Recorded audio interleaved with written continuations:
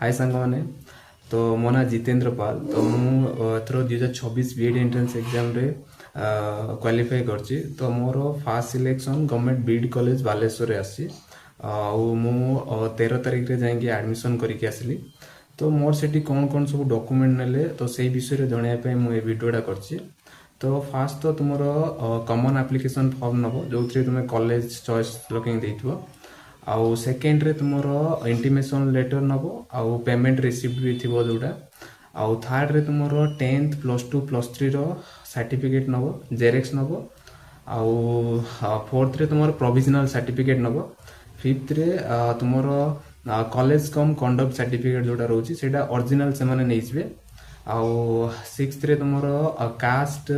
Resident income एसु xerox certificate नेबे तापर तुमर नेबे आधार कार्ड गोटे नेबे आउ फोटो 3टा नेबे तो एति सब डॉक्यूमेंट नेबे ता सहित जो माने माइग्रेशन सर्टिफिकेट नहीं डाउट रे अछो तो माइग्रेशन सर्टिफिकेट जोटा रहउची सेटा जदि तुमर सेम बोर्ड रहिला तो ताले माइग्रेशन सर्टिफिकेट दरकार नाही जदि तुमर डिफरेंट बोर्ड रहउची तो ताले सेठी से माने माइग्रेशन बोर्ड मागी पारंती तो सेम बोर्ड जेमती मोर ग्रेजुएशन थिला एफएम यूनिवर्सिटी फकीरमोहन यूनिवर्सिटी तो मोर मध्य बालेश्वर कॉलेजटा फकीरमोहन यूनिवर्सिटी अंडर जाओ तो सेठी लागि सेठी माइग्रेशन सर्टिफिकेट दरकार हैला नाही किंतु तमे जदि अलगा जदि उत्कल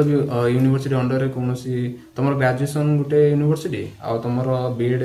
कॉलेजटा गुटे अलगा यूनिवर्सिटी अंडर रे जाउची तो सेठी तमे माइग्रेशन सर्टिफिकेट मागी पारंती तो एटा एति थिला सब डॉक्यूमेंट दरकार थिला यही सब डॉक्यूमेंट रो जेरेक्स नब ता सहित ओरिजिनल सर्टिफिकेट गुडा नहीं जीवो जोटा कि से माने सेठी वेरीफाई करिवे तो तो आउ जदि तुम भितर कई बालेश्वर एडमिशन करछो तो मते कमेंट सेक्शन में जणाओ क्लास तो 25 अगस्त स्टार्ट होची तो कले देखा रही जय जगन्नाथ।